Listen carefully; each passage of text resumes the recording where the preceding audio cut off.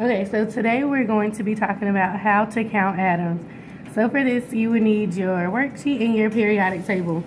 So the first question says, the symbol of an element represents one atom of that element. So our example is Ba. So we will go to our periodic table and find Ba. Ba is barium, which is number 56. So we can go ahead and write in barium. All right, our next one is talking about a subscript. So the subscript is written at the lower right corner behind the symbol of each element. So this represents if there's more than one element. So our example is Cl2. If we look here, our subscript is 2. So that means there are 2 chlorine atoms. All right, our next one is a subscript outside of the brackets, and that's multiples of all elements inside of the bracket. So let's take it easy first. With our calcium, our subscript is 3. So there are 3 calciums. So next, we distribute our 2 to our P. So there are 2 P's. And we distribute our 2 to our 4. And 4 times 2 is 8. So there are 8 oxygens. Our next section is the coefficient. A coefficient is a number written in front of a symbol. It indicates the number of atoms of the element or molecule. So the first one is easy. It's 3 carbons. So we can put our 3. Our next is sodium. So 2 times our sodium.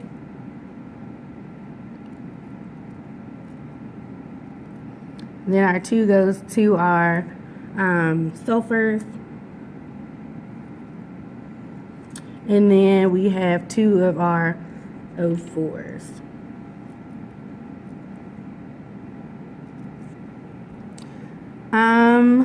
So the next one is a subscript written.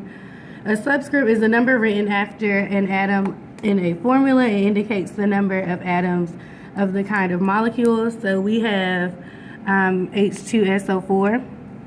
So the subscript represents that there are 2 hydrogens. And the subscript of O, we have this number here, which is 4. All right, and we have more examples. So our first example is H2O.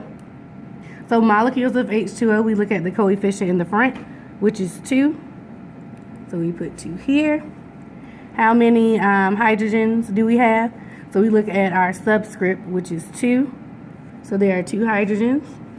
And then we look at our oxygen. So oxygen doesn't have a number, but it's an understood 1 here. So there is 1 oxygen.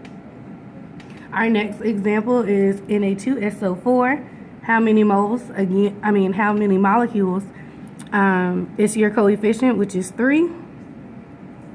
Na, our subscript, is 2.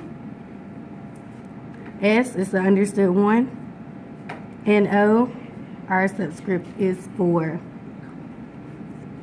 And our last example, how many molecules of PbNO3? Our coefficient is 4. Pb is understood 1. So for nitrogen, like we did up here, we have to distribute our 2. So our 2 goes here. So it's 2. And then our 2 goes to this 3. 2 times 3 is 6. Go. All right, so now we get to write out what type of atom we have and the number of atoms. So if we look at this compound, we have potassium, which is K, we have carbon, which is C, and O, which is oxygen.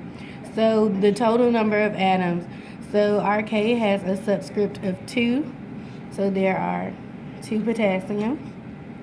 Our carbon is an understood 1, which is that one, and oxygen, there are 3.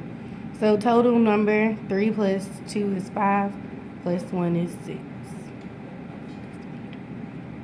Okay, so our next one is, we have barium, which is Ba. We have phosphorus, which is P, and oxygen, which is O. So our subscript for barium is 3. Phosphorus, we have a subscript on the outside, so we have to bring that here. So phosphorus has 2, and the 2 goes with the 4 also. 2 times 4 is 8, so there are 8. 8 plus 2 is 10, plus 3 is 13. All right, moving to our next compound, we have sodium, chromium, and oxygen. So again, we look at our subscripts. For sodium, we have 2. Chromium is 1. And oxygen, there are 4. So 4 plus 2 is 6, plus 1 is 7. And our last example, we have calcium and chlorine. So now that we have a coefficient in the front, we're going to multiply our coefficient times our subscript.